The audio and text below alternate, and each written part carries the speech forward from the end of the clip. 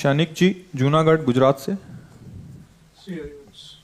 राधा वल्लभ श्रीहरि में दंडवत प्रणाम महाराज श्री। महाराज श्री, पिछले 5 सालों से जीवन में अंधकार छाया हुआ है, कभी भी सफलता नहीं मिल रही है। जीवन में आगे क्या करूं क्या ना करूं समझ नहीं आ रहा। सफलता किसे माना है आपने? महाराज जी, श्री जी मैं पढ़ाई पूरी की और मैंने श्री जी से कहा कि मैं अब क्या करूं। तो उन्होंने मुझे कुछ संकेत दिए थे कि आप सरकारी में जाइए और प्रभु की सेवा करिए। फिर सफलता नहीं मिल रही उसमें एग्जाम में, और अभी है। आप हमारी बात समझिए, आपको श्री जी ने संकेत किया और आप सफलता नहीं प्राप्त कर, दोनों बातें झूठी है ना, दोनों बातें झूठी हैं। आप सत्य को स्वीकार कीजिए। श्री जी के संकेत को आप जानने लगे। आप श्री जी के संकेत तो तभी जब आप उनकी मन की बात जान लेना, तो आप कितने बड़े सिद्ध हो गए। और फिर सफलता किसकी चाहते हो? प्रकृति जन्य की। आप श्री जी के संकेत को जान जाओगे तो श्री जी के प्रेम की सफलता चाहोगे, लोकवत नहीं। और ये लोक की सफलता, सुनो पहले, प्रारब्ध के अधीन है। इसकी सफलता के लिए श्री जी से प्रार्थना मत करो। हमारी बात समझना। विद्यारण्य जी एक बहुत बड़े महापुरुष हुए हैं। उन्होंने अपने माता पिता को सुखी करने के लिए, धन प्राप्ति के लिए गायत्री अनुष्ठान किया। ब्राह्मण कुल में जन्म हुआ था। एक पुरस्चरण 24 लाख गायत्री होता है। उन्होंने एक पुरस्चरण किया, 2 पुरस्चरण किया, एक बार भी कोई धन की प्राप्ति नहीं हुई। आखिरी में उन्होंने संन्यास लिया। जीव संन्यास लिया, माता गायत्री प्रकट हो गई। उनका अब इंद्रासन भी मांगो तो आपका, तो बोले अब क्या जरूरत है, अब तो वैरागी हो गया, विरक्त हो गया। माता पिता भी पधार गए, उनकी सेवा के लिए अर्थ चाहना। 23 पुरस्चरण किए और आप तब नहीं आई, तो उनका तुम्हारे अनंत जन्मों में ऐसे 24 महापाप थे जिनके कारण मैं नहीं आ पा रही थी। अब वो 23 पुरण से चरण से नष्ट हुए, पुरस्चरण से, और 24वां तुमने संन्यास लिया। तो अब आप जो चाहो पर, बोले अब चाहिए ही नहीं क्योंकि अब सन्यासी हो गए, अब तो ब्रह्म प्राप्ति के लिए। तो इससे आभास होता है कि अगर हमारा बुरा प्रारब्ध है तो हमको भोगना पड़ेगा। हम कितना भी प्रयास करें वो हमें, तो हम क्या करें इसमें जिससे हमें परम शांति हो? प्रभु के नाम का जप करते हुए उन पर दृष्टि लगाएं कि प्रारब्ध से हमारा भरण पोषण शरीर का भले, ये हमारा भरण पोषण आपसे होगा नाथ। तो वो एक ऐसे हैं जो आपके प्रारब्ध को भी मिटा देंगे। वो ऐसे शरणागत वत्सल हैं कि सब लिखा पढ़ी अलग कर देंगे। सुदामा जी को दरिद्रता का योग था। ऐसी दरिद्रता, कई कई दिन तक भिक्षा नहीं मिलती थी। ये जितने भी चरित्र हमारे लिए उदाहरण है। मांगने जाते थे तो मांगने से भी नहीं मिलता था, कई कई दिन। एक दिन उनकी पत्नी ने कहा कि हमारा आपका तो चरणामृत से भी गुजारा 2 दिन 3 दिन हो, 4 दिन हो, छोटे छोटे बच्चे तो मर जाएंगे ऐसे। कुछ तो उनका श्री कृष्ण के सिवा हमारा कोई नहीं। अब हम क्या कर सकते हैं? प्रारब्ध जब बिगड़ता है ना, वो कोई सफलता नहीं होने देता। तो एक दिन श्री रुक्मिणी जी प्रसाद ठाकुर जी को भोग पा रही थी, वो ऐसे रोक दिया, उदास हो गए। तो उनका प्रभु ऐसी स्थिति हमने जब जब आपकी देखी, तो किसी भक्त को जब कष्ट होता है तब आपको ऐसे देखा है।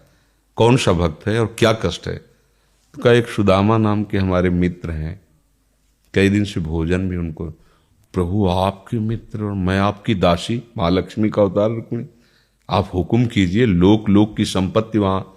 बोले उसको चाह नहीं है, हमारे मित्र को चाह नहीं है, और चाह ना होने पर हम विवश हैं।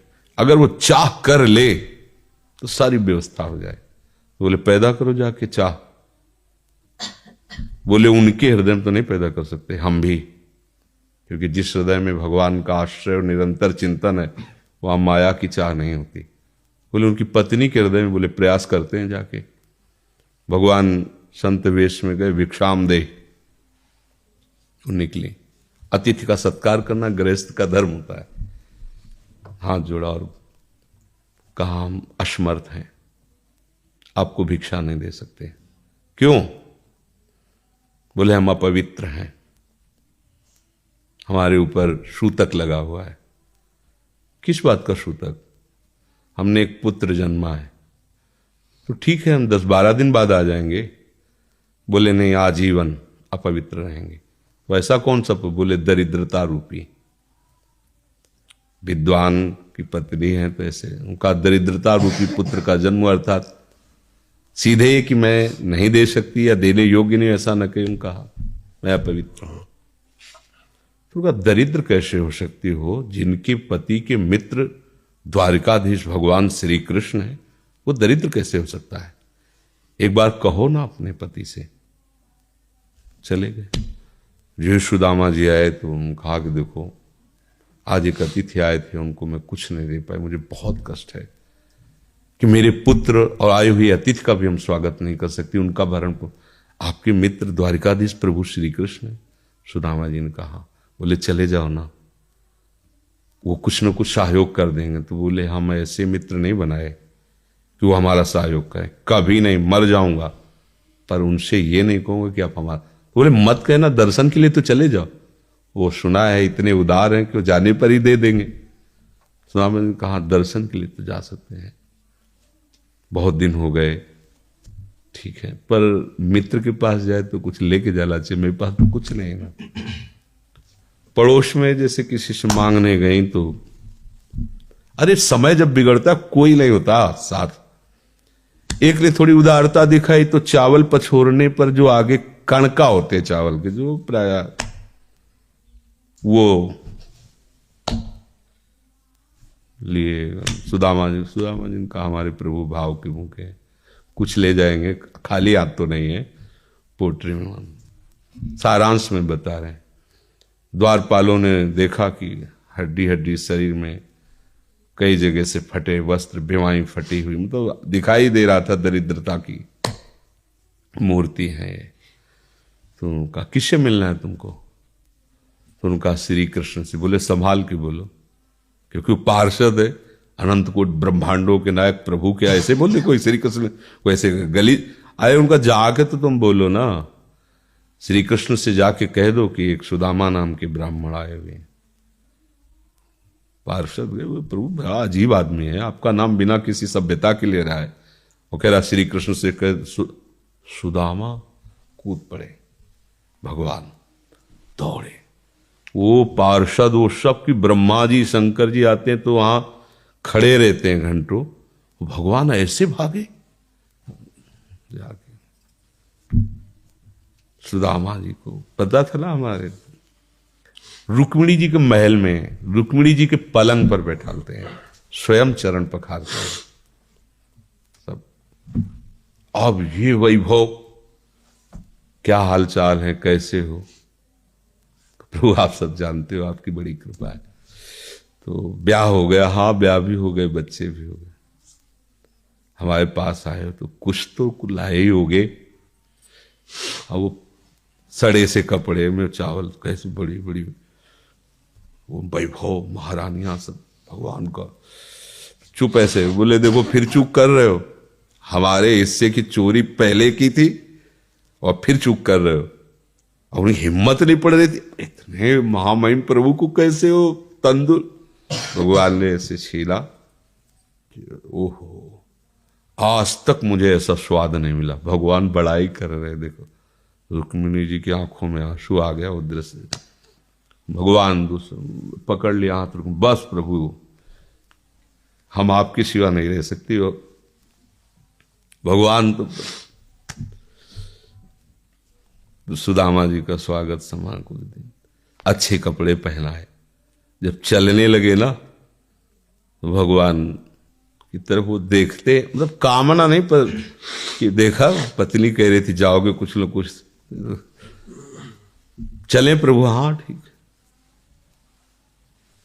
इधर से ऐसे चले जाना, हाथ भी खाली। प्रभु ने कहा देखो ये कपड़े जो है ना महंगे हैं, रास्ते में तुम्हें चोर बदमाश तुम अपनी पोशाक पहने इनको उतार दो। बोले बड़ी कृपा, कपड़े भी उतार लिए और रास्ते में सोचे देखो निगेटिवली सोच रहे, मेरे श्री कृष्ण मुझे कितना प्यार करते हैं। उन्होंने इसीलिए नहीं दिया कि ये दरिद्र कहीं संपत्ति पाकर मतवाला होकर मुझे भूल न जाए। मुझे कितना प्यार करते हैं, प्रभु के प्यार में मगन होकर सुदामा पूरी खड़ी जैसे द्वारिका। तो उनको भ्रम हुआ कि मुझे लगता है चलते चलते मैं पुनः द्वारिका आ गया। तो वहां पूछ रहे हैं कि ये किसका है।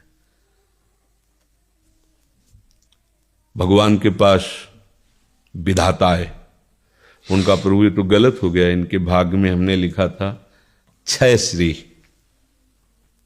ऐश्वर्य का नाश, जीवन में नहीं ऐश्वर्य, क्षय श्री। भगवान ने उसका उल्टा कर दिया यक्ष श्री।